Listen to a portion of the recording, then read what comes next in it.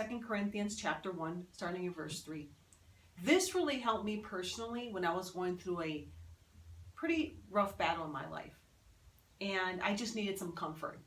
I just needed to know that God understood, even though, I know as a Christian, He understands, yet I just needed some words to, truly kind of cement that thought, that knowledge. And this really did it for me, and it really helped me get through some of the toughest times in my life. And so here I'm reading from, again, 2 Corinthians chapter 1, starting in verse 3. And Paul says, "Blessed be the God and Father of our Lord Jesus Christ, the Father of mercies and God of all comfort, who comforts us in our tribulation, that we may be able to comfort those who are in any trouble with the comfort with which we ourselves are comforted by God."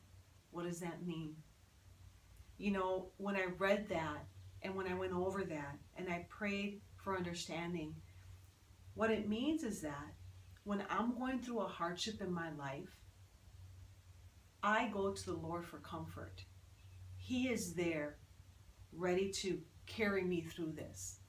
He comforts me in my tribulation, in my hardship. Now, in turn, when I'm healed or when I've gone through that process of healing through His comfort, with His comfort, I then now am ready to be a comfort to someone else who may go through a similar problem that I have gone through.